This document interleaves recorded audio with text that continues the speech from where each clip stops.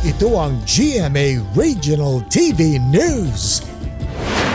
Mainit na balita mula sa Visayas at Mindanao, hatid ng GMA Regional TV. Patay sa pananaga ang isang senior citizen at minor de edad niyang apo sa Compostela, Cebu. Sara, tukoy na ba yung suspect sa krimen?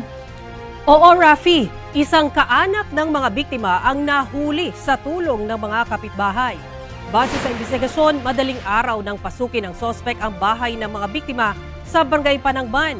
Magkatabi raw noong natutulog ang maglola nang pinagtataga sila ng mga suspect na mister ng pamangkin ng lola. Patay ang 68 taong gulang na babae at 5 taong gulang na batang lalaki. 3 iba pa ang sugatan sa pag-atake ng suspect. Sugatan din ang suspect matapos pagtulungang gulpihin ng mga residente roon. Tinitingang motibo sa krimen ang galit umano ng suspect sa mga nakatira sa bahay. Sinusubukan pa ng GMA Regional TV na kunan ng pahayag ang suspect na maharap sa patong-patong na reklamo.